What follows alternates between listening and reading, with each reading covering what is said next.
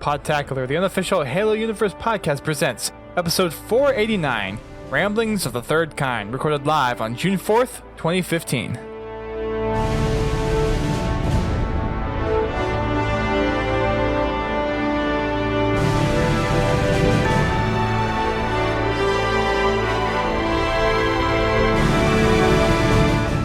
Hello everyone, welcome to Podtacular, the unofficial Halo Universe podcast. I'm your host, Duststorm. And I'm your other host, Biowolf. And we are here going to talk about some random topics tonight. There's nothing really set on the agenda, although there's some stuff I want to talk about. But we have Haas and Godzilla in the hot seats tonight. Hey, guys. Hey, how's it going tonight, Dust? What up? What up? You know, like I haven't talked to you all day long. I know, right? Staff chat, you know, all that good Skype goodness. Yeah, I wasn't there all day today. Now, you were out power washing some piece of equipment. Yeah. For like how long? 12 hours? Today it was only 6. Oh, gotcha. I see.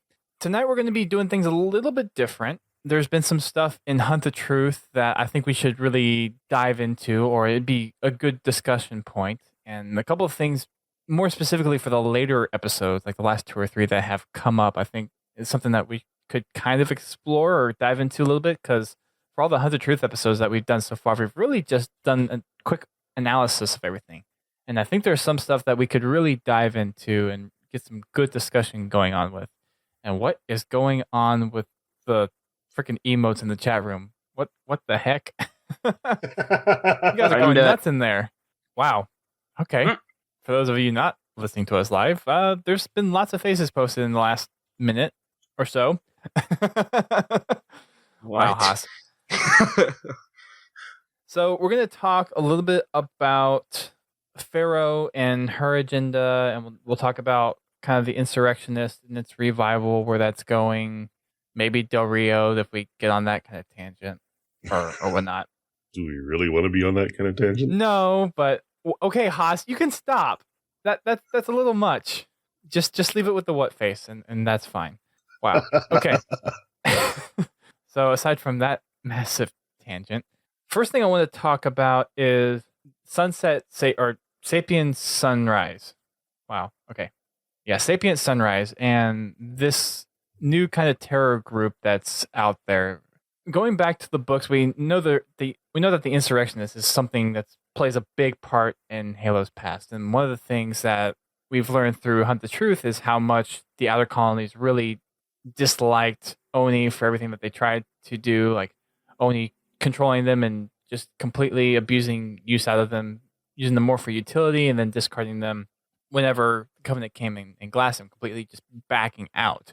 So I know that there's a lot of turbulence between the Outer Colonies and the Inner Colonies, but it's interesting to see this group rise up out of the wake of the Human Covenant War, and it seems like they're kind of fighting on two fronts in a way, where you have the Insurrectionists and you have the Outer Colonies that want to still be independent of Oni and the Inner Colonies and the UEG, and then you have this Sapien Sunrise group that wants to remain completely independent of aliens. And one of the interesting things that I thought came up in the podcast was saying that we won the war when we really didn't win the war.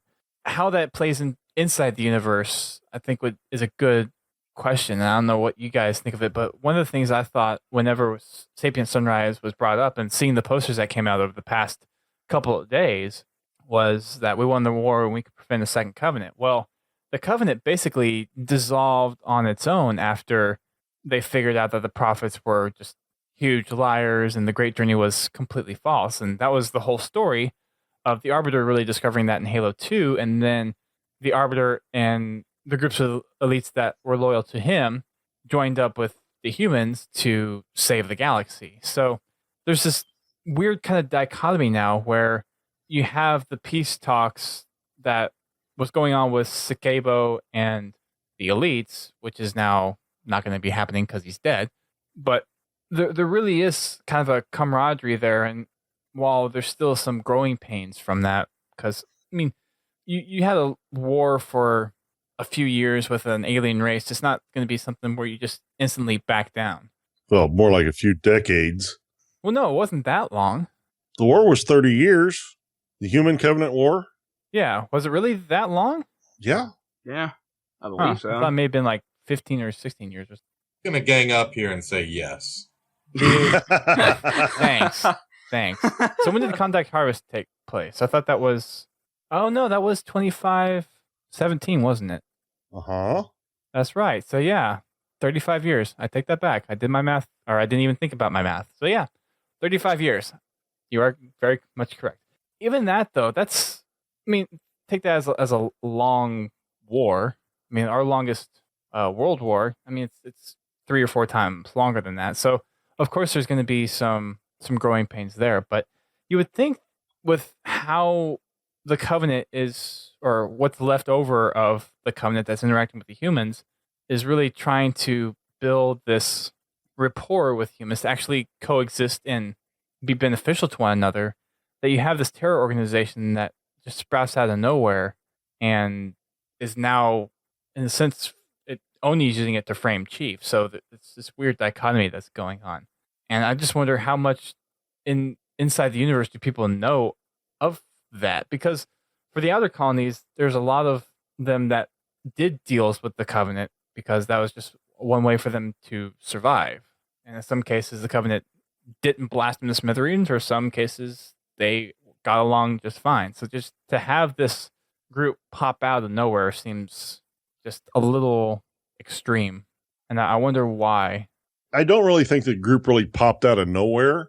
I think it's something more like with Julam Dama.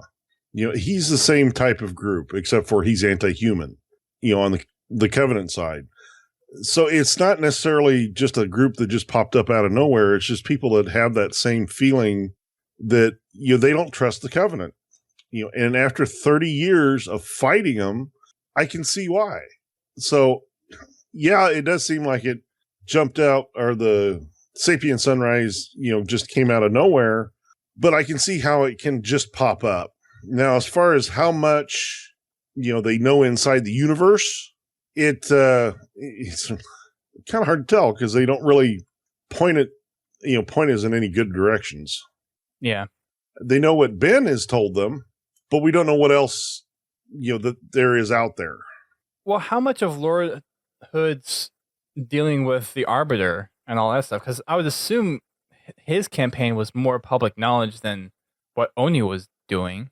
What I've gathered from the books, and this is just the books since the end of Halo 4, it doesn't sound like the peace talks between Lord Hood and the Arbiter have been real public. Because the first time Lord Hood goes to Sanghelios, he's got Kilo 5 there protecting him. There's no film crew. There's nothing. It's just him, the Arbiter, a couple of the Arbiter's aides, and, was 3 members of Kilo 5. So I think they still are trying to keep the peace talks on the down low. They want to get this agreement nailed down before they, go completely public with it, so that the general public can say, okay, the war is over. Of course, we don't know at the point of a Hunt of Truth, we don't know how far along those peace talks are from, the last we heard of them in the Kilo 5 trilogy.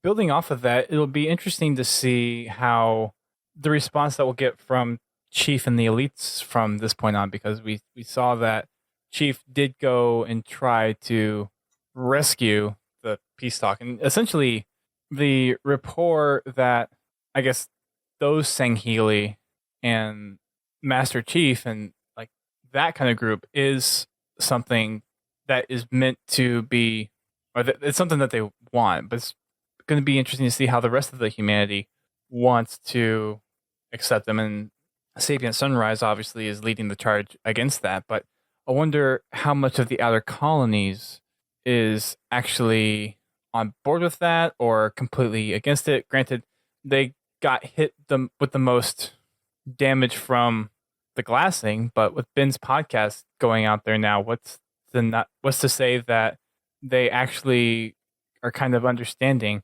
And I guess it's hard to just conceptualize knowing everything that happened in the games with Master Chief and with figuring out that it was the prophets that were really running the show, how that universe actually doesn't exist the way we think it does. And that's hard Well, we to see it come from to grips with. we see it from a different point of view. We see it from more like a history book point of view where, in the universe, you don't get all this information. The general public knows that Master Chief has saved the universe multiple times, but they don't know how. They don't know that the Arbiter stood beside the Chief and helped him stop the Ark from firing the halos. It's just not general knowledge. Right. And as far as on the outer colonies, as hard as the Covenant hit them, I would say the bulk of the outer colonies absolutely hate the Covenant. Or we should say the elites, since the Covenant really is no more, but the elites, jackals and stuff. But they don't want anything to do with them. Can't really blame them though. I mean, they helped them win the war, but that doesn't mean we're friends. The outer colonies don't know that though. It's like the Americans and the Russians in World War II. Mm-hmm. Right afterwards, we're at odds. Yeah. So the big question for me would be, how is that information going to trickle out, if it even does trickle out? Is that something where Chief is going to end up vouching for the Arbiter and his crew? Because for the most part, it sounds like a good majority of the UNSC, or at least higher up in the UNSC, know of the elites helping us out when push came to shove and actually taking out Truth and preventing the rings from firing. It seems like a good portion of the UNSC knows that. Granted, the public doesn't. So with Oni seemingly trying to suppress that, do you think that's something that would get out eventually with this Hunt the Truth? Or is it something where Chief, I guess Chief can't really show his support now for the Sangheili because of how that leak happened. And that's another topic I want to get to, is that leak actually came out in a more damning way. And it almost kind of served its purpose, I think, against Chief more than Ben is thinking. And honestly, even though FERO said that it'll hurt Chief in the short run, but in the long run he'll be vindicated, I don't know if that's the case anymore because of how much of a stigmatism there is. It all depends on what else FERO decides to leak out. But you have to account for what she leaked out and then how people respond. Because now they see the Chief as aiding the Covenant. And with the Sapien Sunrise out there, I don't know if that's something she didn't anticipate, because she can't control every facet of it. With Sapien Sunrise, though, if this is something that is going to eventually leak out into the rest of the other colonies, then you're going to have a massive uprising against the Chief that will last for a good while. And then there's support for Del Rio on how we need to get rid of the old Spartan 2s because they're defective, and look at they're helping aliens instead of helping humans. Mm-hmm. I just wonder did we ever get confirmation that FERO is a leader of a different group? Like, they actually said the name of the group she's a head of? No, she just... No. She said with us. Like, all we know is FERO. I wonder if she's part of Sapien Sunrise.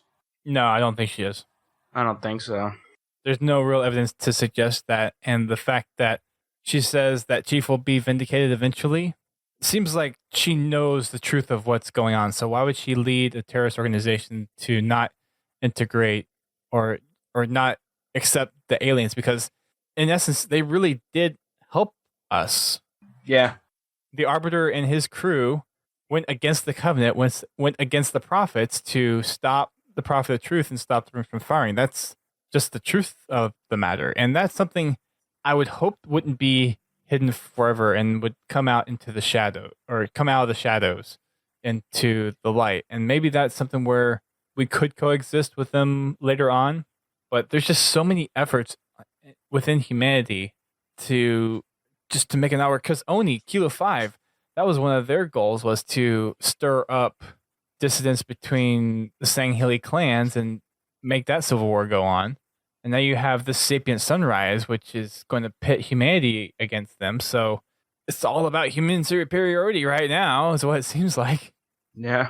What if, and they brought this point up in the books, what if a faction of St. Helios, the elites, is doing the same thing to us as Oni's doing to them? So it's interesting to think about that, because the elites were so used to prophets being the upper management and doing the intel work, where I don't remember exactly which book it in, but I remember several references to them having to rebuild and readapt to some of the things that they weren't used to doing anymore, like farming, just basic stuff, farming, growing crops, doing arts and stuff, like, because they were a warrior class. That was what the prophets used them, and then the prophets supplied them with everything that they needed. So they're having to go back and relearn some of the other stuff that they used to do, which they haven't been doing.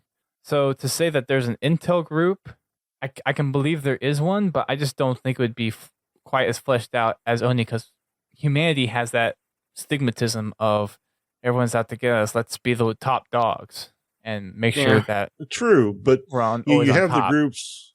You have groups like Julam Dama's group, and while Julam Dama was captive, he studied how humans interacted with him and each other, and he learned how to be devious, as he puts it.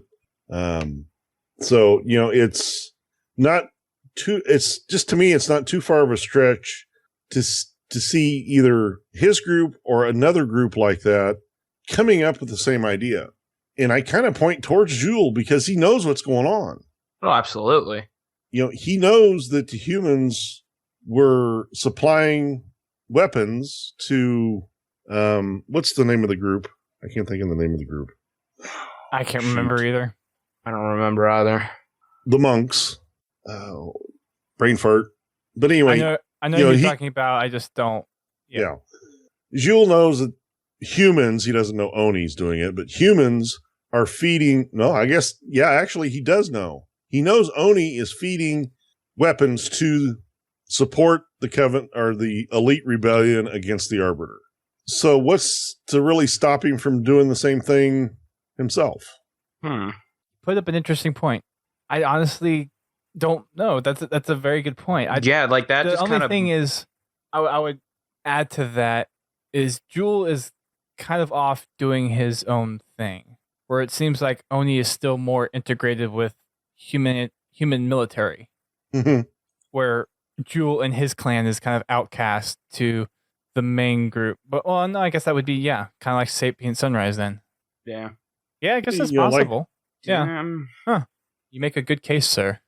It's kind of boggling my mind though now. Like, I didn't think about that. So there's just a lot of different questions that come up, and that's one of the things that where does that lead? Because I didn't think about it that way, and you make a very interesting point, Godzilla. How what we're seeing with Sapien Sunrise is we've already seen before with Jewel. Where that goes from here, I really don't know. But that's those questions that pop up from this Hunt the Truth, where it's like, how do you dive into this? And we would need someone else that probably knows the lore on a more grandiose scale. Heck, we'd probably have to get Grim Brother One on for something like this. But it's something where you just grow so much in the fiction of the universe. You have to account for all these random questions that pop up. Because the last episode generated a lot more questions for me, and just my mind was buzzing for an hour of different possibilities of what is FERO's true purpose, and where did Sapien Sunrise come from? How much of an influence do they have? What's this mysterious place that Mashaka's going to end up going to in the next episode? And how is the Chief's image actually impacted on the public scale? Because now he's associated with the aliens, and that he's helping them and not really helping humanity, when he's actually innocent, like we thought from the beginning. And we know the truth. How do we think the truth is going to get out to the public and all that stuff? Well, I think that's still part of Ben's job. I still think Ben will be instrumental in getting the truth out there about Chief. To the outer colonies, sure. I think he might even get it to the inner colonies and Earth. Mm-hmm. I think this FERO character, whoever she may be, I think she may have quite the reach. Yeah, I think so. I think it's pretty. Well, she's definitely got resources. Yeah, she's got the resources, and I totally see FERO getting everybody informed, because I don't think they're going to go into Halo 5 with Master Chief as a murderer, so to speak. So could we see this as something where Locke is representing Oni and the UEG, and Master Chief is representing humanity as a whole, which in turn would be the outer colonies? I don't know. I feel like this whole thing, how this all started, with Master Chief pointing the gun at Locke and Locke pointing the gun at Chief and their monologues. I think this all wraps up at E3. I just don't see it moving forward past that. I feel like the truth will come out, and it is what it is. Now Locke as being a hunter, I don't know. Well, I mean, we got to look at it like this too. We haven't seen anything from Locke at all so far. The only thing we've been seeing is Chief supposedly killing innocent people, which granted we know that's not true now, but we're seeing titles of Chief. We haven't seen anything about Locke at all. I mean, granted he's going to be secret, that's what Oni's going to send him out to do, but we haven't seen any sort of anything on him at all, apart from that trailer. Well, we have the Hunt the Signal thing too. That was supposedly Jameson Locke doing the research, but I understand what you mean. He hasn't been brought up in the Hunt the Truth campaign just yet. What if Locke kills Ben? I don't think that would be the case, though. I mean, he's up on Oni's list of getting rid of. That's probably a given right about now. But I don't think Locke's mission is to get rid of other targets. I think his main mission is to track down Chief and get him out of the way first. I don't think that he would have anything to do with Ben just yet. What is he getting Chief out of the way for, though? Being we don't know. Few remaining Spartan 2s? Well, look at what Del Rio just said. Yeah. Chief's got a piece of information. So, okay, forgive me. Del Rio's now Oni, or is he still UNSC representative? He's a UNSC senator. Okay. So he's actually not part of the military anymore.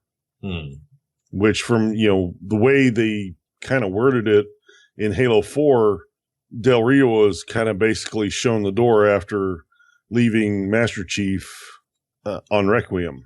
Gotcha. I don't know. It just, I don't know how they could continue this all the way up to Halo 5. If you're going to continue this up to Halo 5, this doesn't end at E3. But this goes until E3. Right, we know this ends at E3. So are they going to... So I don't know. The big question for me is how is it going to actually...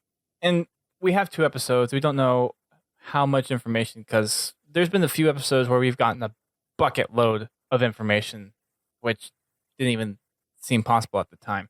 The thing with seeing how that really reacts in the universe is going to be the interesting thing, and how this wraps up is going to indicate or set the ground level for what we'll see at E3, and hopefully what we see at E3 will set the stage for Halo 5. What is the current state that we're going to see at the beginning of Halo 5? What's the state of the outer colonies? What's the state? I would assume that this Sapien Sunrise thing won't be as prevalent in the game. I think this is just something to add external fiction and maybe set up stuff for further books or the TV show or whatever in there. And then we have the main part of it be Locke and Chief, and Locke be Oni and Chief be... And I still think the Librarian and the Foreigners have something to play with what Chief is doing right now. It wouldn't surprise me if there wouldn't. I mean, I'm sure there's something Forerunner in there that's going to be in Halo 5. That's without a doubt, but it just makes me wonder what it is. What's... Because, if Chief's going out of his way to get all this crazy stuff done, it's he's more on a mission than he's ever been before. He's doing different things. Now he has a team with him. Mm-hmm. So it's like he's really, I mean, he's never really had a team before. Like, yeah, sure, he's worked with other Marines, and he's kind of been like the lone wolf type deal the entire time we've played as him throughout Halos 1 through 4. Like, he's always been his own person, doing his own thing.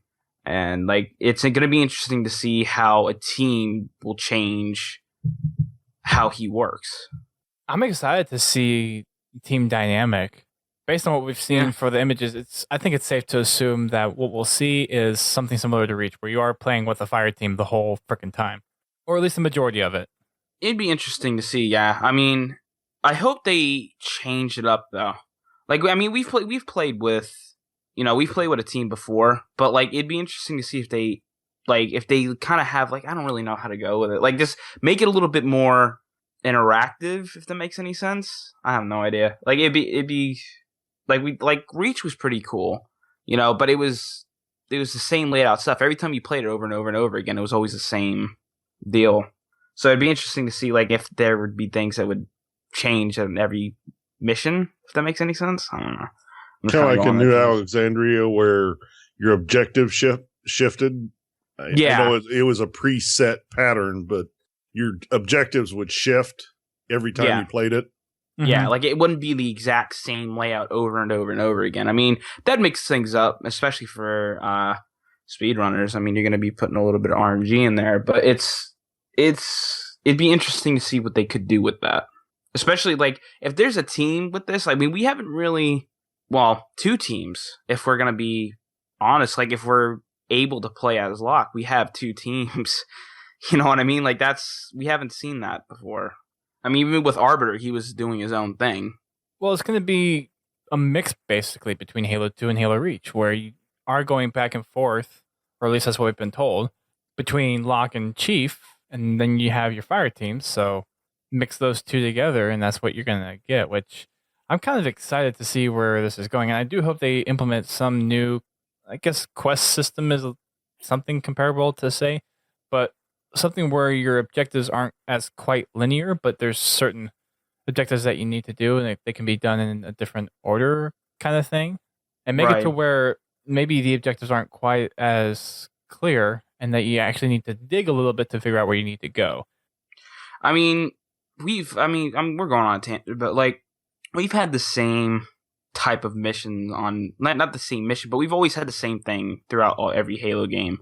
I would think by now having a little bit of evolvement would help a little bit, like just evolve it a little bit. Like I said before, like have the objectives, change course or just have things a little bit more mixed up. Like I think that would make more of a interesting story, to be honest. Like you'd be like, oh, well, especially like if for speedrunners, they're going to do the same thing over and over again. Like it'd be interesting to see how fast they could do something while it being changed every mission. So it'd be different. It'd definitely be a challenge, but I think it'd be interesting to see. Yeah, I don't see them doing that. I think really if they did that, it would hurt the speedrunning community. I mean, it would, but I'm not saying to completely have it. There's a couple of reasons. One, if you have random objectives, some objectives can take longer than others. Oh, yeah, for sure. Well, we already saw a little bit in Halo Reach with New Alexandria. Yeah. But the 3 main objectives were always the same. It was just a matter of which order they came in as far as that. But, your in-between objective is what changed. But usually it wasn't a huge shift in your gameplay. Instead of flying over here, you flew over there to destroy the turret or to rescue the Marines. Or, each of the intermediate objectives were they took all about the same amount of time. So I'm not really saying random objectives. I'm more saying like have objectives out there which can be done differently or applied differently given certain situation or whatnot. I'm thinking, I like the idea of having the different objectives in there, but make them optional objectives. Yeah. No, I get what you're saying. It's give the speedrunners the linear path. get from point A to point B as fast as I can. But Then for there the would be people no that, point to include the well, no, optional for objectives. the people that really want the random objectives or the optional objectives will go look for them. And I mean, make an achievement out of them or something like that. Okay, that could encourage work. people to go find them. So you still have a campaign mission that the speedrunners can speedrun, and the people that really want to dig around in the level and see a lot of variety, go look at these other objectives. Once you show them that there's other objectives and you make them random, people will start searching those out to, see what the new objective is. But then again, that's a limited lifespan. Yeah. Unless 343 updates the objectives weekly, like a weekly bounty or something like that. After you've played the mission a few times, it's like after you've played New Alexandria 5 times, you've seen most of the configurations. Mm-hmm. Yeah. You've seen all the options when it comes to the 3 main missions, and I'm pretty sure you've seen all the side objectives as well. So then you're right back to the same thing as you were before, of having just a regular linear story. Right. Penn's made a good comparison, saying wouldn't mind side quests like in Assassin's Creed or Batman. Mm-hmm. Yeah, that'd be pretty interesting. I would hate that in a main Halo game. Like in a spin-off, like for the main games, stick to the formula. Throw a few wrinkles in, but I think for that, you have to go open world. And I don't think the main Halo games need an open world. I'm sorry. It just doesn't fit. Yeah. I really do love Halo's linear progression through the campaign. You go from here to here, you kill this guy, you kill this guy, you kill this guy, level's over. I'm fine with 2 to 3 paths to get to each objective, but yeah, not, oh, by the way, if you go to the southeast corner, you can kill 100 grunts that are holding up a base. I don't care. Like, if that's my one objective, fine. Yeah, in a Halo game, it'd have to add something to the story. For me, it's something along the lines of the Halo games for the last. Well, I guess like Halo 1 wasn't quite as this way, but for the rest of the Halo games, there was a known linear path, and I just would like to see you have that linear path there. Like after you've played the campaign, it's like you know where to go. But I would like to see a little bit more. Like you need to discover a little bit more, and it's actually a little more rewarding when you figure out, okay, this is where you need to go. And I think maybe implementing those side quests would be like the clues that you could find that would actually get you there. But if you know the game, you know exactly where to go. Like you're supposed to be doing a certain objective. You may not exactly know where it is, but it could be in a couple of these places where you find clues to where it is. But if you know where you're going, then you just go straight there and the game progresses. So you have that linear fashion, but you have these side roads of discovery. And I don't know, maybe that wouldn't work for Halo. I just would I think that'd be an interesting concept to look at. Right. Yeah, I just don't see that being real popular in a Halo game. I don't either. And fair point. It very well might not be. Yeah, I mean, don't get me wrong. I don't want to see it change too much, but I would like to see somewhat of a change. That's not the exact same thing we've been getting every single game. Put a little bit of spin on it, not have it to where it's open world. I mean, like, granted, I like the open world on CE. Like, I like that, but I don't want. CE wasn't an open world. It was linear. No. I mean, but you still were able to go to different places. You could go around a whole island at one point. You know what I mean? Like, that was pretty cool, but it had that giant feeling of you were actually discovering where you were going. I know what you're getting at, Bio. Yeah. Like, the I want to were a see lot something bigger. like, yeah, like I like that. I don't like the fact that you have one straight shot and that's where you're gonna go. Like Halo 4 felt very linear. Yeah, Out of all of them.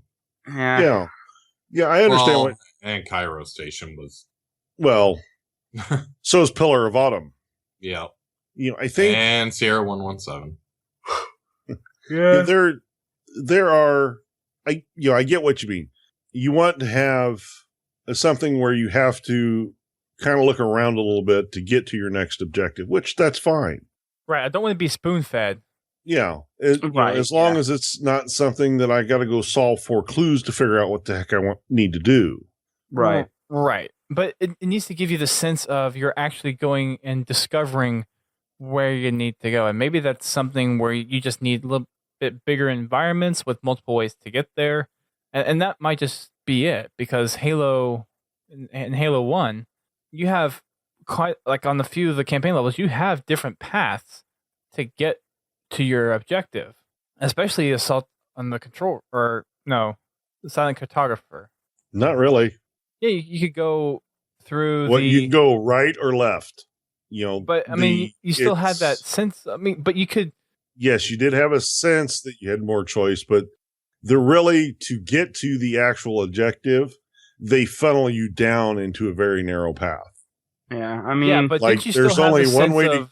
Did you still have the sense of that you still had to kind of go somewhere to figure out what you needed to do? Because all you know that when you get there is that you're looking for this control room. That's all you know. You're not given, okay, we're doing this, then this, then this, then this, then this. No, you're given, like, this is going to be your objective. And once you clear the beach, you head out. And you really don't know what you're doing. That's the sense of, like, okay, I'm actually trying to figure out what I'm going to do next. Yeah, you have a couple of paths to get there, but you don't exactly know what you're going to be doing. Yeah. Well, what I was addressing is having the multiple paths to the objective. The way they constructed Silent Cartographer, it does seem that way, but it really it's an illusion. There's only one way to get to where you need to be. Now, kind of two. I think of. Yeah, because you can either you can go around the left side of the island, or you can go around the right side of the island. But you go to the right, then you go down, then the door's locked, and then you come back up, and then go find the security override. Or you can go to the security override first and skip that other piece. So really, there's multiple paths in that. You can choose which path. You take the same physical path, but you can do them in separate orders, different orders. In one order, you see one door twice. The other order, you only see each door once. But the thing is, when you're initially doing that, though, you're given that choice, and you don't know which choice is going to end up doing what until you've actually played through the game multiple times. So it's that initial, like, mystery or detective feeling that I'm looking for. It's like, after I've played the campaign, yeah, I know exactly where I need to go and what the quickest route's going to be. Sure. I just feel that for something like the Silent Cartographer, you really, once you landed and once you cleared that beach, all you knew is that you're going to be searching the island for something. That's it. That mystery of, okay, I'm actually trying to figure out what I am going to do next. And Halo hasn't had that in a while. I didn't feel that way with the Warthog, dropping in, pointed in one direction. That pretty much, to me, says, go that way. It does, but you don't know why you're going that way. You're still trying to figure that out. Yeah, they give you the clues to get you going the right direction. And I understand what you're saying, Dust. You don't want the objective just staring you in the face. You want to have to go look for it a little bit. Exactly. You don't want to have to solve a murder mystery to find it, but you do want to have to look around a little bit. I understand that. And don't get me wrong, I enjoy that as well, as long as it's not, some big cipher that I got to figure out to try to finish the level. I don't mind looking around a lot. I don't mind looking around. I just don't want to have to spend hours trying to find the objective. Right. And that's fine. But I think that's where, if you could implement something like those additional objectives that would at least kind of clue you in on where you need to go, I think that's something that could be interesting to try in Halo. Granted, if you know where you need to go, like, say you're going to be doing this, and maybe that is too much open world, and that maybe that wouldn't work for Halo. I'm just thinking something out there that changes up the monotony of a rail shooter that Halo has become, because Halo 1 didn't feel quite as much of a rail shooter as Halo 4 did. Halo 4 was like, you're doing this, you're doing this, you're doing this, you're being forced here, forced here, forced here, and it didn't feel like honestly, in Halo CE, it felt like I was playing along with the story and I was helping drive the story, whereas in Halo 4, I was just along for the ride. I put it like this. The world that we're on is massive. Why is it that we only have one spot we have to go? I mean, granted, I get that. I do. Like, you get the objective, that way it's not a long campaign mission. But honestly, I feel that one short route could be expanded a little bit. Like, you don't have to sit there and have multiple different... I mean, look what speedrunners do. They can go out completely outside the map and cut across different things. You know what I mean? Like, have a different route, not just have the same exact one over and over and over again. Yeah, I would like to have something like on the level of like in ODST, when you're moving from clue to clue.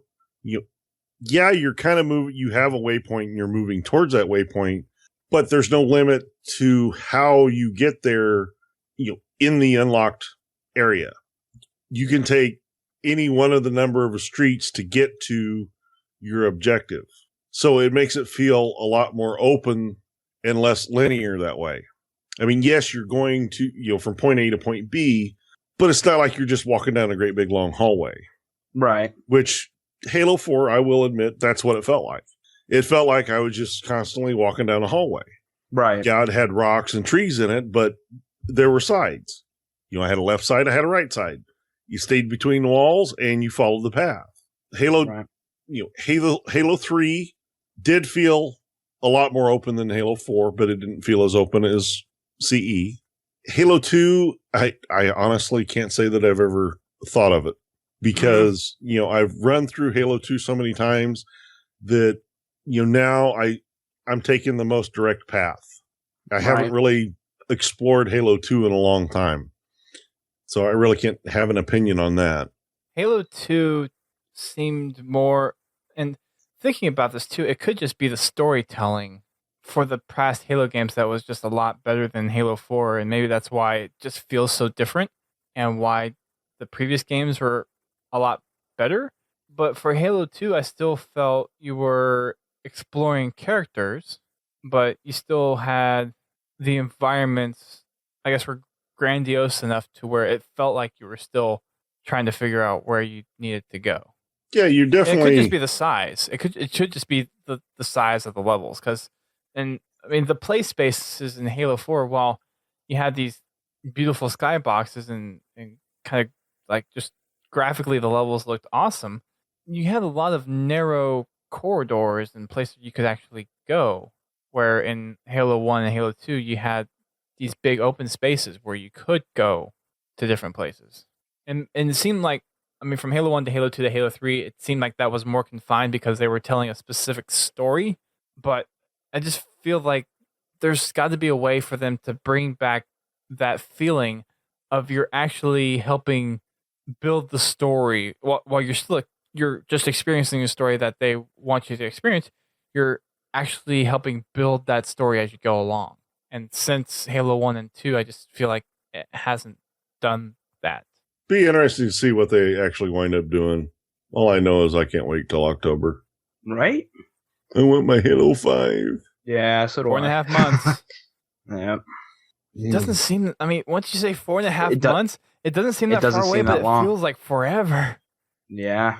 Yeah, I was just looking at my savings account and thinking, it's 2 months till RTX. Damn it.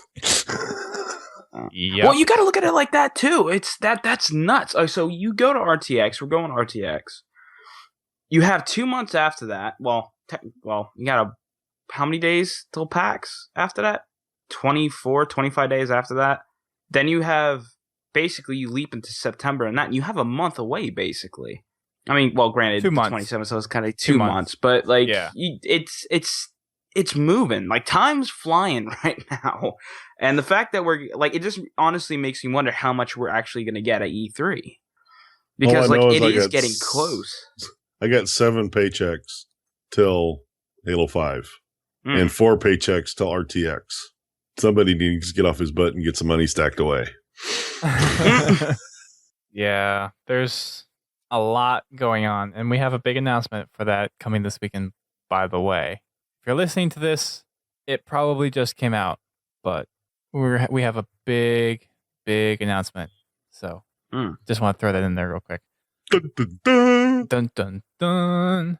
But tangent aside, I think for the campaign for Halo 5, it seems like they're already building something that we're going to be interested in story-wise. We have the Lock team versus Blue team, and that's something that everyone, I believe, is looking forward to, especially with how Hunt the Truth has gone. We're getting a well-established foundation of what the story is going to be building towards or leading towards afterwards. I think with these last 2 episodes and then whatever they show off at E3 is really going to set the stage for this is where Halo is going, and really expand upon really that multifaceted aspect of the universe and trying to rope it all together. So you have the other Spartan too. So you have Blue Team back in there. You have Oni's reaction to Halsey. I feel like Halsey's going to be in there with the Janus key, and everything from Escalation is going to eventually tie into this as well. Then you have the TV show, which may or may not start before the game, and that'll probably tie in. So you have all these different facets of Halo that have been building up for the past 2 years, culminating into this experience. At least that's what it feels like is going to happen. And that gets me excited. Oh, yeah. Yeah, If I they mean, put- go ahead, Bio. no, I was just going to say, it makes me, we have so many story ends that were in Halo 4, so many loose ties. It's going to be interesting to see how they all kind of bring that all back together in Halo 5. If they do. If they concentrate on just one direct story, or they bring in multiple different characters from different things. They have a huge story for Halo 5. I'm just hoping that it's lengthy. We have more than just 8 to 10 missions in the campaign. I hope so. If they put the same amount of effort in the Halo 5 story as they've put in Hunt the Truth, oh my God. It will be awesome, because I love the Hunt the Truth campaign. I love the depth of the story. I don't like some of the choices that were made in it. Shock. But anyway, it's, they take the one fun character and go away with, he goes away. But it just makes me really look forward to the campaign story of Halo 5 with the amount of thought they've put in Hunt the Truth. Well, I mean, that's just it right there. It's if they put that amount of time for an audio series, for a podcast, it's they could put a ton of thought process, a lot of stuff into the campaign. The amount of information that they probably have is probably ridiculous. Yeah, they created the game. They have all the information. Oh, yeah. Well, yeah. I just had a random thought. Okay, we've got 2 more episodes, we think. We're pretty sure. Right? We're pretty sure, yeah. Okay.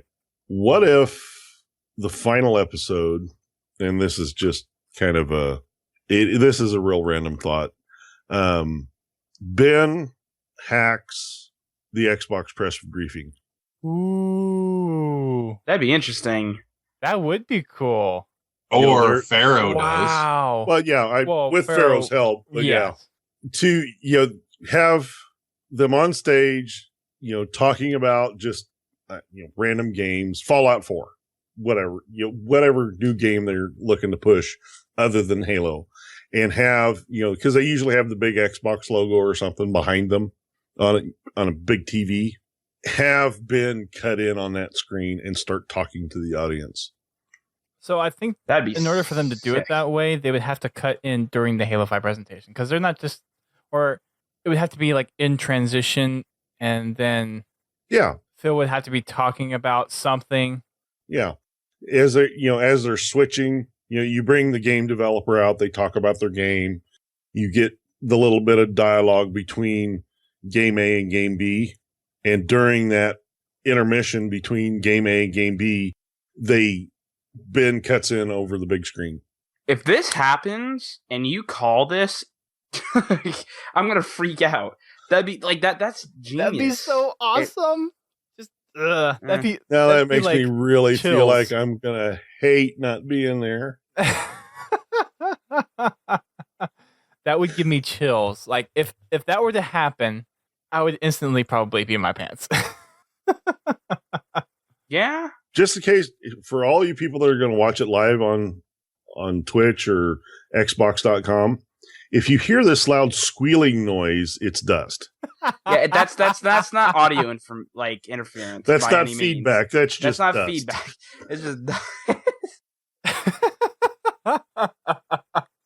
I would imagine half the audience would fall over absolutely if they did that. Well, I mean, I'm sure there's going to be a couple Halo community members in there. I'm sure, like there usually are. I can imagine not only their excitement, but the people that just know what Halo is. Like they're not the dedicated fans. Mm-hmm. Like I'm sure they would freak out too. Like I mean, you got to look at it like this too. You have hundreds of thousands of people watching this at home. I can imagine what they're going to be doing. I mean, I'm sure they're going to be in the same situation I've been for the last couple of years. I mean, they get in a party, they watch the briefing together as like through live, let it be Xbox Live, Twitch, whatever it is they're watching it through. They talk about it and like they experience it together. Can you imagine that? Like people would freak out. It's just something that popped in. I just think it's Cortana. Such a killjoy. She's going to walk across stage, right? No, I think it like they're gonna do something that isn't Halo. Like you're gonna think that they're coming out with some other IP, but then it's gonna like get hacked, kind of like these Ford commercials and the Xbox ad. Think of it kind of in like that, and then bam, Cortana's face like takes over the screen and goes on a monologue, kind of like you were saying, and reveals the truth, and then it kind of goes into a video and it shows the first campaign gameplay footage. Yeah, I mean, I'm sure 343 has a couple things up their sleeve for this press conference. Like, I'm excited. Oh, absolutely. I mean, when I seen the Halo 5 trailer, the teaser, in 2013? Am I saying that 13. right? 13. Like, in the beginning, you didn't think that was anything relevant to Halo. Like, the only time you seen, like, when everybody was freaking out was, like, when you seen Chief's hand. Like, that was it. Like, with it makes Cortana's me wonder chip. how... Right. Exactly. Like, that... When I first seen it, I'm like, what is this? This looks pretty cool. Honestly, if anything, I thought it was somewhat Star Wars related because of the cloak. Or, like, Obi-Wan or something. I don't know.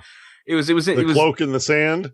Yeah, or something. Like, it didn't seem Halo at all at first, and then you seen all that giant owl guardian, whatever you want to call it.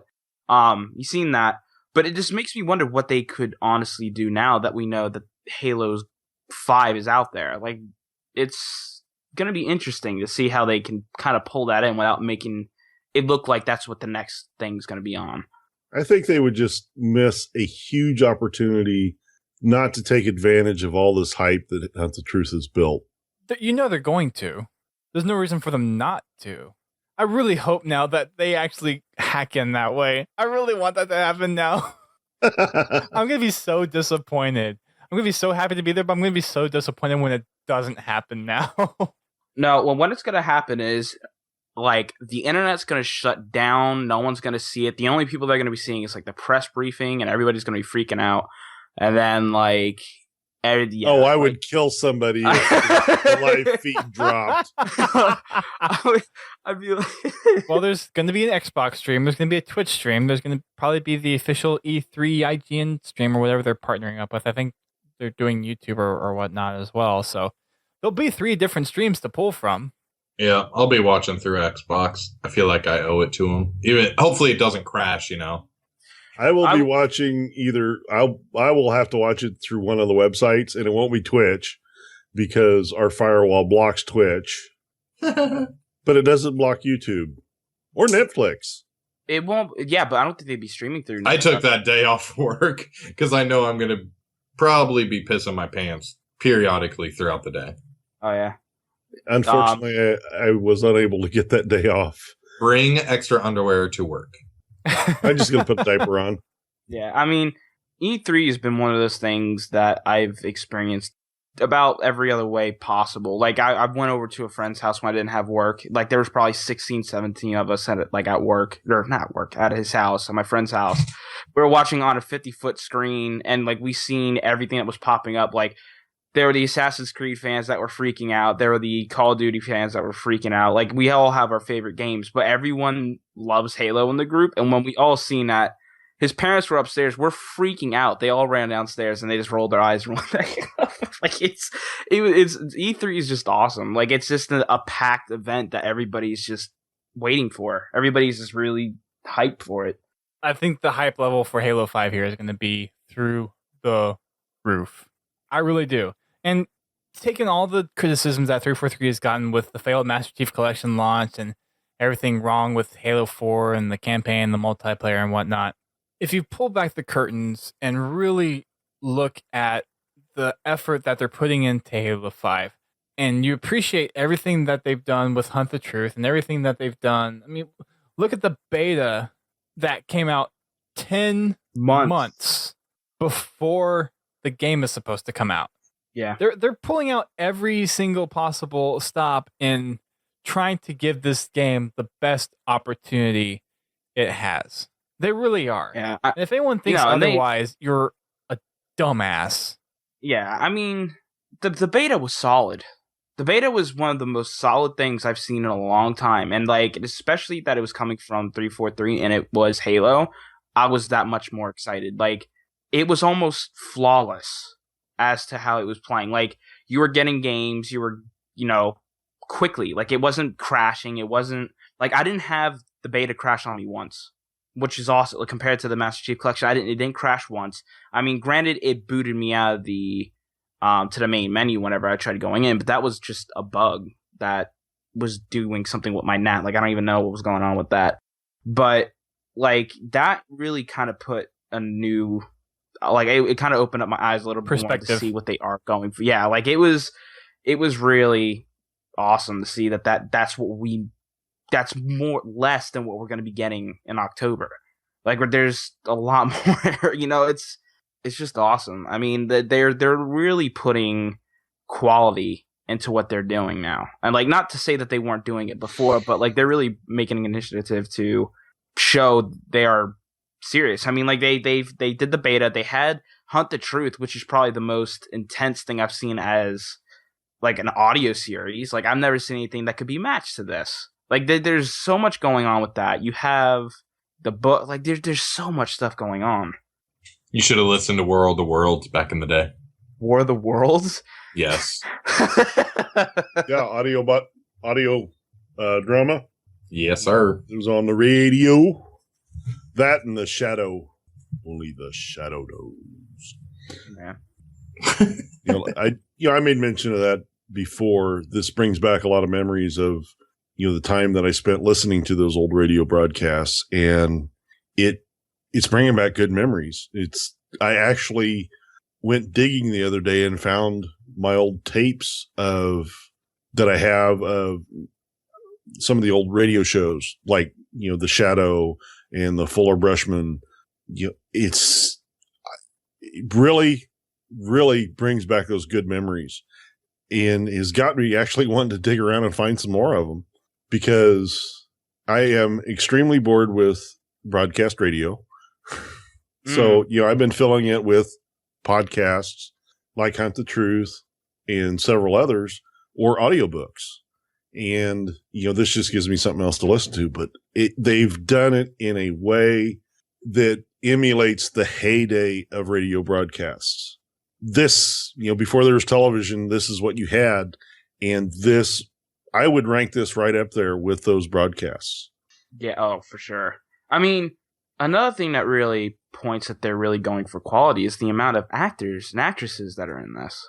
Like, they have a lot of names in Hunt the Truth. There's a lot of big popular ones. Yeah. Which is, I think, a good sign, because that also means that people are interested in being involved with Halo. Because if these people didn't want to be in Halo, we wouldn't even be hearing them. So you exactly. You look at whenever people go on to talk shows or late night shows or whatever, and occasionally they get asked what they play. Halo's a game that comes up A lot? A lot, yeah. Granted, you don't see the question asked too often, but one of those games that come up is Halo on a fairly consistent basis. Yeah. I mean, it's on the top 2 games that everybody plays. I mean, you have 2 games that everybody plays, and I don't care what anybody says. It's either Call of Duty or it's Halo. It's one of the two. And I say that because everybody likes. There's always been the battle between the two. I mean, Destiny's out there now, and that's kind of changed things in that way. But like, it's usually one of the 2 games. You're like, oh, well, so what game do you play?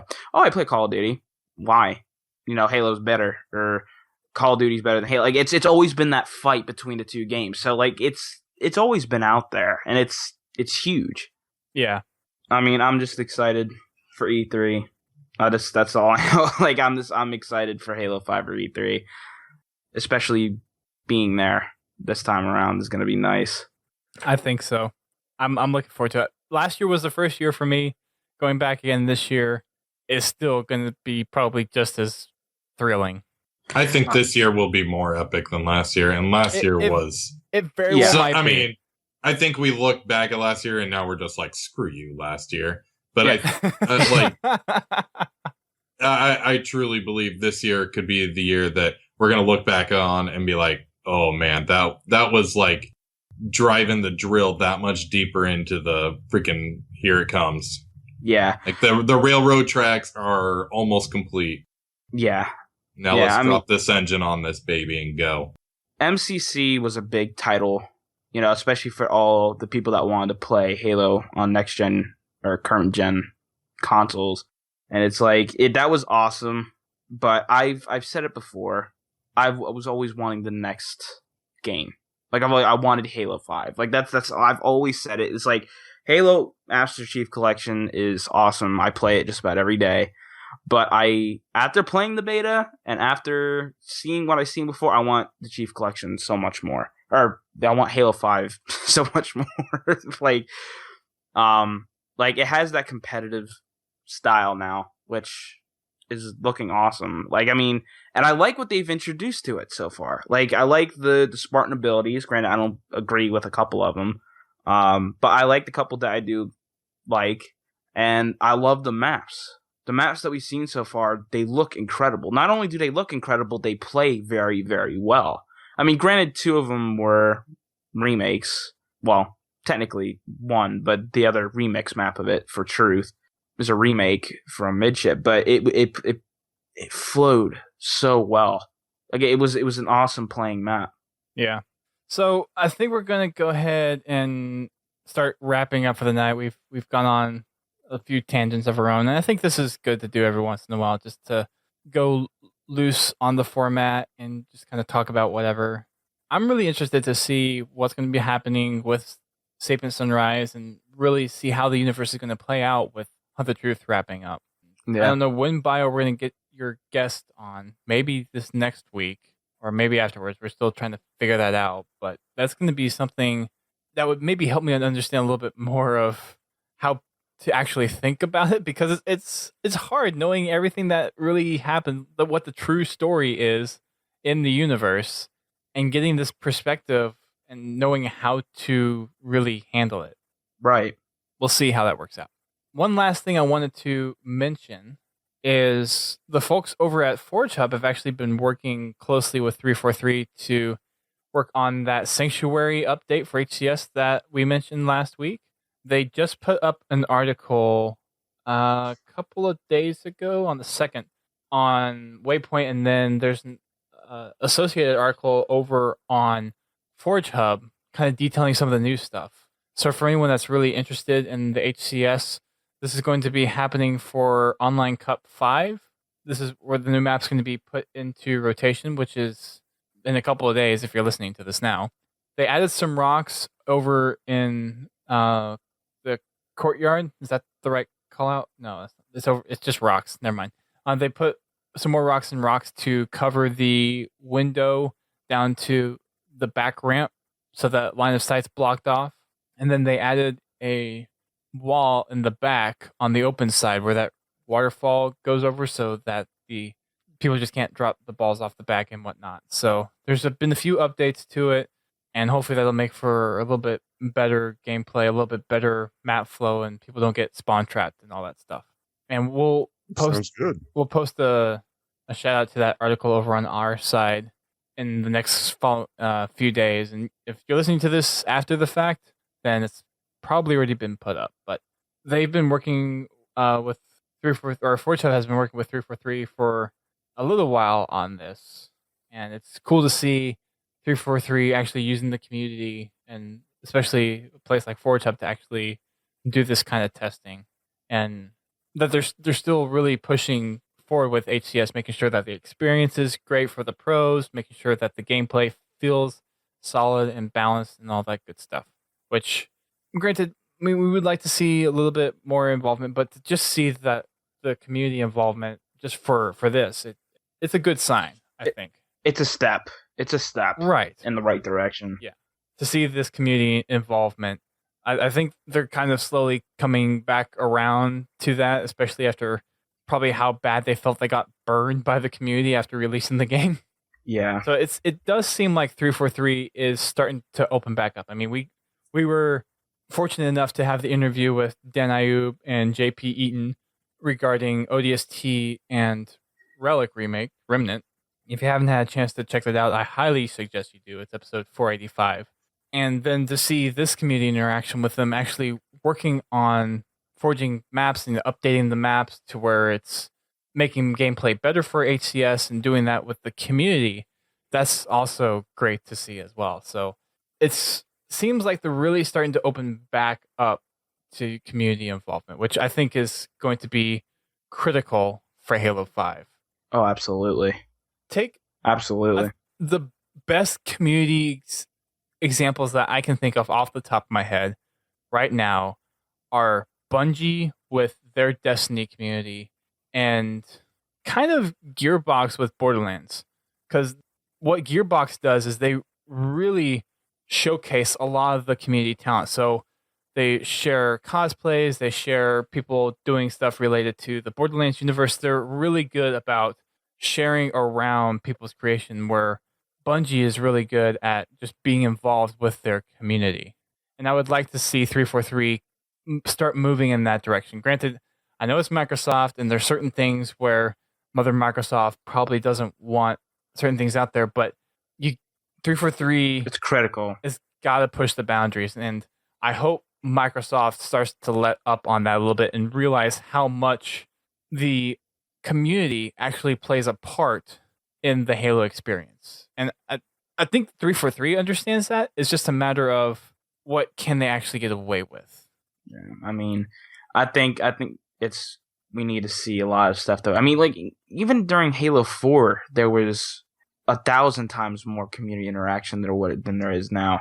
I mean, you had game nights, you had the Halo Twitter was just going off the wall every day. I mean, like so the community manager sat down, BS Angel, Bravo, whoever at the time, sat down and literally looked through all the tweets and replied most of the time to everything that you said. Like you don't see that right now. And a lot of people were really, like, including me, is kind of bummed out, to see that they're reaching out to other people and they are seeing what you're seeing. Like, I'm sure they see what everybody's doing and talking about as of now. They have eyes everywhere. But to see that they are responding and they are looking into what you're saying, it feels good. Like, it really does. Feels great. The fact that they're actually making an effort to interact with the community, do stuff with the community, get the community involved with official business is a great sign. And yeah, honestly, if you're in that camp of people that think 343 is trying to run Halo into the ground and trying to destroy Halo, I don't know what's wrong with you. But all signs are pointing in the complete opposite direction. We need to turn the community around, get the toxic out of the Halo community, and support 343. Because really, the way... and just because you're going to support Halo 3 doesn't mean you have to approve of everything that they've come out with already. Doesn't mean that you have to necessarily like the Master Chief Collection because of how broken it was, or like Halo 4 because of how bad the campaign or Spartan Ops was. It doesn't mean that. Supporting 343 is more of providing feedback in a way where you want a certain experience, or you're expecting a certain experience for Halo, and then affect a positive change to where they see that, yes, you're interested, and they can see the community's desires for where they want the game to go. Granted, in the end, it is their game. They're going to be doing what they want. But if they're receiving positive vibes for people to try something, then they're more likely to try it. And they're more likely not to hide behind trying to do something like implement Call of Duty like things like they did for Halo 4. Right. You got to look at it like this, too. They were fans themselves. Most of them, they were yes. fans of the Halo game. They still are fans of the game. They're going to do what they want to do with the game. Yeah, sure. I mean, Microsoft's going to have a helping hand with that. Absolutely. But they're going to take in consideration of everybody's opinion on it. They're not going to sit there and be like, oh, well, screw what that guy has to say. We're going to go against that. No, we're not going to do that. Like, they actually make an initiative to see what people are saying to get an idea of what people want. Like, that's how it is. Like, they're not going to sit there and completely disconnect from the community and make a game that no one wants. Like that, no one's going to support it like that. Right. Like, it's just that no one will. If you're out there trying to just spout negativity about 343 and you're saying that you care about Halo, you really don't. Because if you care about Halo, then you would be trying to put a view on things where you don't agree with certain things. You don't think that this is the way to do it. But you go to them and you say why. You say, these things are stupid because X, Y, and Z, and you should really be doing this. I hope you can look at doing it maybe this way. And granted, everybody is not going to be satisfied with everything. You just got to come to those terms as it is. Because in the end, it's their game. Every gamer has different tastes. So yeah, don't expect perfection, because that's not what we're going to get. If you look at a game like Halo 1 in today's culture, compared to what it was back then, it was a phenomenon because there was nothing like it. But today, there's lots of things like it. And how do you think Halo 1 would survive if it launched today? It'd probably get a lot more criticisms today than it did back then. And I think part of that is because people feel entitled, they feel spoiled, they feel like they deserve a certain part of Halo to be a specific way, when that's not reality. Well, I mean, that's what you just said right there is kind of nailing it too, is that people are spoiled. People are extremely spoiled because they get what they want 90% of the time with games, because people have that outcry of, oh, well, we're not going to sit there and support you. And they get what they want. Like, you can't give in to every single thing, which I've seen a couple games do, and the game's always crashed and burned because they're trying to basically contribute to both sides of something, and it didn't work out the way it was supposed to. I mean, Halo 4 is kind of the example of that. It was kind of trying to meet the middle of casual and competitive, and it didn't work. Like, it just didn't work out. That's why new IPs seem to be the popular games that get highly reviewed. Sequels are not getting the reviews they used to. No. At all. Nope. Look at games like Last of Us. What else is... I don't know. I'm kind of drawing a blank, but... It's really up to the community, though, to drive that attention for the game, to build the community to be there. Because, honestly, how did you hear about Halo? Most of the time is because a friend told you, hey, come check out this awesome game.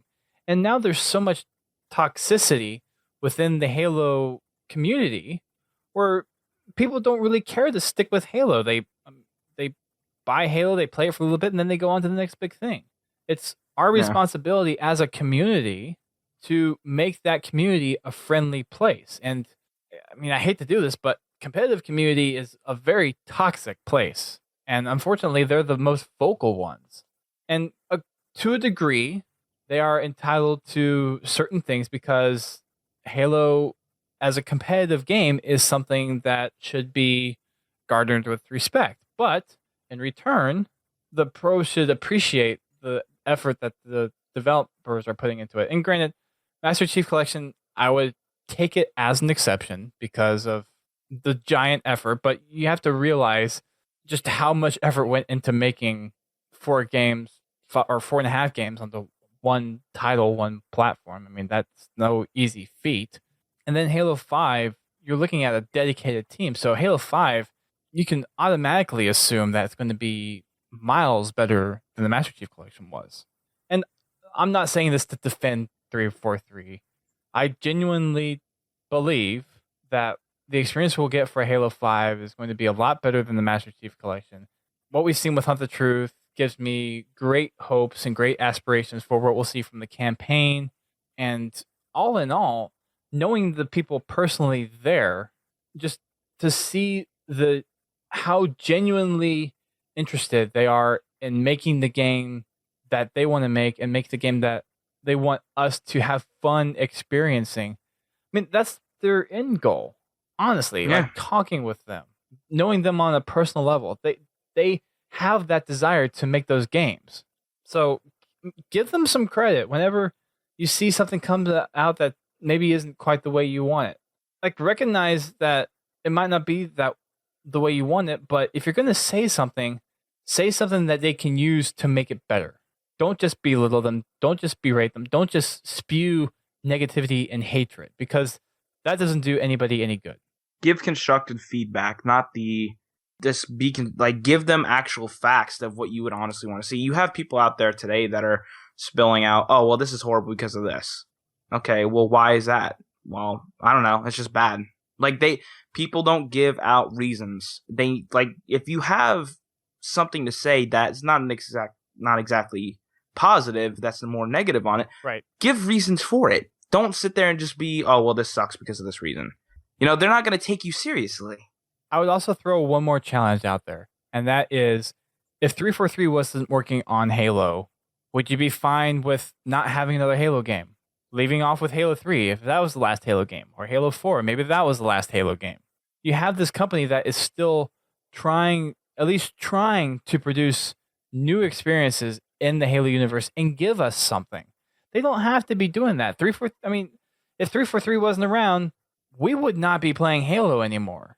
Yeah. And that's just a simple fact. And then another thing is people complaining about not having Firefight in the Master Chief Collection. Hey, they gave us ODST for free for those who played between the dates. For free. Why are you complaining about free content? Yeah. Absolutely freaking free. No additional cost to you. Wasn't even in the plans to do it when the collection launched. Nor Remnant. And everybody got Remnant for free. It just doesn't make sense. Yeah. People like to complain, though. They want more. There's always going to be out there that, oh, well, if they're going to give us one thing, they should give us the full experience. Why cut them out? Like, you have people that they don't see it for what it's worth. They see it as how they want to see it, and that's it. Goes to the old adage, don't look a gift horse in the mouth. And basically that means if somebody gives you something for free, you really don't have any room to complain about it. Yeah. If you don't like it, in this case, if you don't like it, don't play it. There you go. If you really don't like the game that much that you tweet at 343, this game effing sucks, well, then quit playing it. Right. Go focus your energy on doing something positive. If Halo pisses you off that much, then don't freaking play the game. Go do something else that makes you happy. Because honestly, I understand that a lot of people are upset that Master Chief Collection did not launch well. And that's fine. It's fine to be upset. I am very upset that Master Chief Collection did not launch well. But I'm upset for the reason that it put a black mark on the Halo franchise. That upsets me more than the fact that it didn't work. I knew when they announced it that there were going to be problems. Had no idea they were going to be this big, but I expected to have issues with matchmaking, games not loading, stuff like that. Because nobody's ever done this. And 343 is truly innovating to pull this off. Could they have done a better job? Oh, hell yes. They could have. But the conditions that they were given did not make that possible. They are working as hard as they can to fix it. Anybody that wants to leave 343 feedback, leave them constructive feedback or keep your mouth shut. Because just tell them the game sucks doesn't help anybody. And it's more for those that continuously do it. understandable if you get a hot head every once in a while. That's just kind of human nature. But if you're constantly out there spewing hatred, there's just no point. Mm-hmm. It gets old. There's been several people I have unfollowed because every time 343 would put something up on Halo or up on Twitter, they would make some smart aleck comment about how, Master Chief Collection hasn't been fixed yet. Or they would make the derogatory comment and, they'd say in different ways that the game sucks. I'm like, I don't need to see that in my feed. I don't want to look at that every day. And it's really sad because, the people that are saying this, that's not all they say. There's some other stuff that they talk about on Twitter. But when they just time after time after time make basically the same comment and don't offer any suggestions, it gets old. Yep. And It gets old real quick. We are, several months away from the launch. 343's got it. Yeah, they released a broke game. Drop it. And you got to look at it. If you've got a suggestion, give it to them. I put it like this. We've received more broke games from big franchises on this console than we've ever seen before. 343 is not the only one. You have Assassin's Creed Unity that came out that was incomplete. You had people that were missing faces. You were going into different areas of the map that weren't even finished yet. You have multiple different games that were negatively impacted because of just different things. It's next gen. You're going to run into different problems because they don't have the same thing like they experienced before. It's bound to happen. They learn from their mistakes once. It's not going to happen again. Especially with Halo 5. Especially the fact that they have such a huge burden on them, especially from Xbox. The Xbox is not going to put up with the biggest franchise that they own going out like that. It's not going to happen. Mm-hmm. Yeah. People are always saying the older games, they launched with no problems. And for the most part, they're correct. A lot of the older games did not launch with problems, especially of these magnitudes. But they did. There are games that launched with problems. Halo 2 had problems. Problems enough that they released a huge patch for it. Super bouncing. Yeah. Yep. I was watching a video on YouTube a month ago about, it's like the 10 worst game breaking glitches of all time. Guess what? Every single one of those was on a cartridge. Every single one of the games was on a cartridge. And it was to the point, the worst one, if you happened to trigger this glitch, it hard locked your console and you were done. It bricked it. Pretty much. We ain't getting nothing out of that. So there are games that get released in the video game industry that are broke when they launch. I think 343's biggest problem was just the size of the game that they were releasing. If they would have just focused on just a Halo 2A with, an upgraded multiplayer, I think they would have done, the game would have launched with very few problems. But in that same sentence, if they'd have done that, they would have had to tag the Halo 2 multiplayer onto Halo 4, like they did with Reach and Halo CE. But doing it this way, we have a standalone Halo 2 and Halo 2A matchmaking. That's one bonus. Yep. Yeah. And they're getting it fixed. It's going to be, unfortunately, it's a long process. And people, we just need to be patient. Mm-hmm. And I know it's a long time to be patient, and it's been frustrating. I went through, for those of you that, come and join us on our Fraggin' Fridays, there's been 3 of the last 5 weeks that I couldn't even host game night because nobody could connect to me. Yeah. I mean, granted, it's not just MCC that you have problems with, too. It's Xbox Live that's having problems, too. It's not just that. It's a mixture of both things, to be perfectly honest. Ending that rant, we're going to go ahead and wrap it up for tonight. We will be making a huge announcement this weekend, so please make sure you are tuning into that. And if you're listening to this downloaded, it's probably already happened, so please check the website. It's pertaining to RTX, and if you're going to be there, this is something you will want to pay very close attention to. Very close.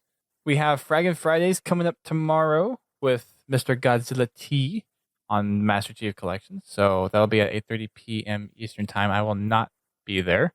I'm actually going out to a concert. Oh. Yeah, sorry. Blue says she would be coming, though. Oh, well, good. So I'll send her in my stead. I'll have. Okay.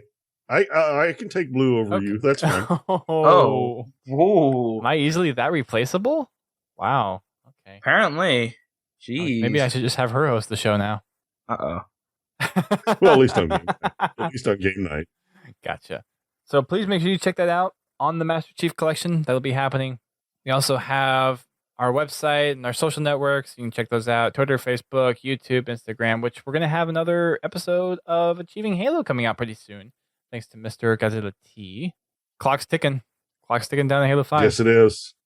I am trying to squeeze out as much time as I can to work on them, but Yeah. man, holding down a full-time job and trying to do I videos, feel you. it's tough. I feel you. Oh, yeah. Maybe we can help you out. Maybe we can run Halo 2, Halo 3, Halo 4, and ODST. Who wants to volunteer for Halo 2? I was Not actually thinking about doing Halo 2 co-op. Ah, interesting. That make it easier. A lot easier, actually. We have to discuss this off the air, though. 'Cause, Right. You know, Yeah. I don't want to give away all my secrets just yet. I see. Very nice. We're going to be having a... actually, I don't know if we're going to be doing this much anymore with all the conventions coming up. We were talking about doing a tournament. We'll see if that's still possible now. Yeah, we'll talk about that. But please make sure you check out the announcement because it's going to be super, super important. And Bio, do you mind if I tell them? Go for it. So I'm not going to be the only one at E3. Bio is actually going to be going as well and be there in person.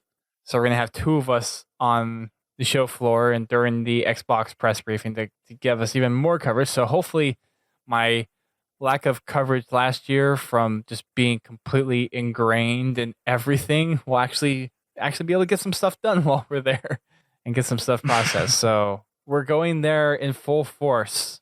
Bio and I will be there. Yeah, so if you guys are there at E3, be sure to hit us up. I don't know how many of you actually got. I know there's some locals that were going this year. I talked to a couple on Twitter. So if you guys are there or if you're around the area you would like to chat, just hit us up. This is going to be an exciting time. This is my first E3, and this has been something that it's been on a bucket list that I've wanted to do. It's one of the things I've wanted to do since I've watched the very first E3 I've ever seen. So it's exciting. And the fact that I'm going to be witnessing it for Halo 5 just makes it that much better. So I'll be doing a bunch of coverage with us on this. Yes, it's going to be great. I'm so excited. So much Halo 5 stuff. Man. So much. So that's going to be happening. And I'm so jealous. We're going to be signing off for tonight. Please make sure you check out the podcast network that hosts our sister podcasts, such as Guardian Radio, Chriscast, The Learning Cliff, Work in Progress, and How to Murder Time. Again, I say this every time, but they are great podcasts to listen to. Very good quality. If you're looking for something to fill your work day or looking for something while you're driving to work or just need something to fill your ear holes, then I would highly suggest checking out these podcasts. They're great to listen to. Since I really haven't done this so well, I'm going to throw out some Halo podcasts out there, which will also be good ones to listen to. Drunken Halo. They're a little more laid back. It's kind of like a Halo lifestyle podcast. So if that's the kind of thing you're into, please go check them out. They're actually helping us with some of our RTX planning. And I would also recommend checking out Griffball Hub. They are focusing more on Griffball, but they produce a very good quality show. And they touch on some Halo news stuff. It's just a good, light humored podcast to listen to. Last podcast I'll give a shout out to is Podcast Evolve, which focus a little bit more on the lore side of things. If you want to dive a little bit more into that, which I know we've gotten a lot of requests here on diving into lore, and we'll be getting into New Blood after E3 as long as Haas and Bio have read it by then. I'll be way done. I got a 5-hour flight to fill. There you go. I mean, I'm pretty sure I can get all of it read or listened to by that time. There you go. It's 6.5 hours. Yeah. That's going to be it for us tonight. Thank you, everyone, for tuning in live on Twitch. And for those who download, we appreciate every single one of you. And until next time, keep on fragging